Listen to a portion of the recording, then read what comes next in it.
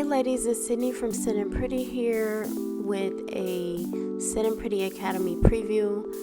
In this upcoming upload, I'm going to be showing you all my technique for applying a virgin relaxer to either your own hair, your client's hair, your family member's hair, what have you.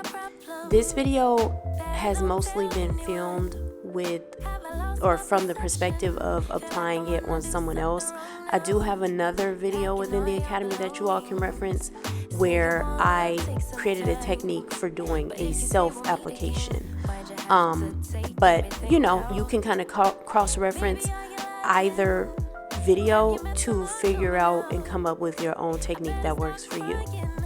This is one of my young clients who she and her mother decided this was the route they wanted to go down, and we did it in the best and safest way possible, leaving behind a beautiful texture in the hair that was not too straight to maintain the integrity. So make sure you visit the Syddin Pretty Academy for the full video. I'm delusional, you say.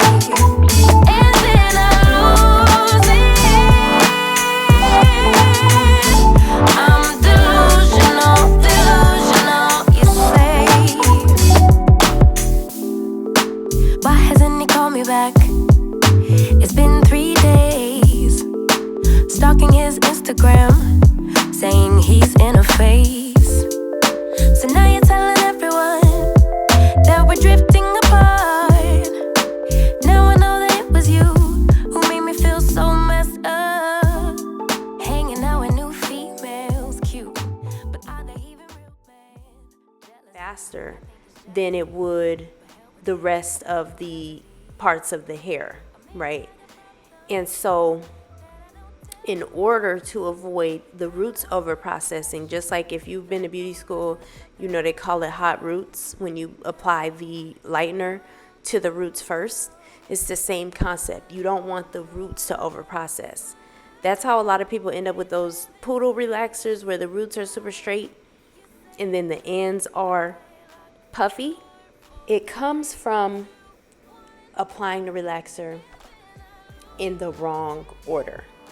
Also, when it comes to applying the relaxer to the ends, the reason you reserve the ends for last is because the ends are factually, the ends are the oldest part of the hair shaft. And so in order to ensure that you are not over processing your client's ends or your ends, you're going to want to apply the relaxer to the ends last.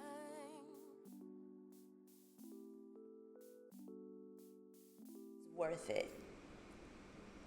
So I'm just going to smooth around the roots and the nape area, and then I'll be pinning that section out of the way so that I can go back to the first section and make sure that I smooth it out again. You don't want to do too much smoothing. You just want to smooth it enough to where the relaxer is processing and it actually relaxes the texture. But you don't want to smooth too much because you don't want to take out too much of the texture. And the whole time that you are doing this process, you want to make sure that you are staying aware of your timing. You all did not see me look at the timer during this application because her mom was keeping me aware of the time. That's why she kept going back to the phone. But if you're working alone, you definitely want to make sure that you're being aware of the time. It's best to try to stay under the timing. And typically, I recommend if you're relaxing your hair for the first time or you're working with a client for the first time, try to stay under the recommended amount of time first, just to see how the hair processes. And I recommend this because you can always reapply relaxer during the touch-up to hair that is under processed. But once the hair is over processed, there is nothing you can do to rectify that and restore your client's hair or their hair texture. So I always recommend starting under the time to get an idea of how your client's hair takes to that particular relaxer brand, as well as the recommended time and the guidelines. Because I have found that even if it's the same strength on the label, some relaxers are stronger than others, and others are not as harsh. So we'll talk about this more when I review the relaxer that I'm particularly using in this video. Another thing you'll notice with this particular client's hair is her hair was different lengths in each section due to breakage.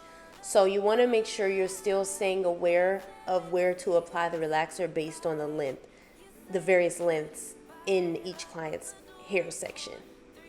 Now, you all will notice that here I started at the top of the section because that is where her hair was the most coarse. Catch the full 30-minute workshop within the Syddin Pretty Academy on Patreon. You can click the link in the description box and or comment section to enroll today.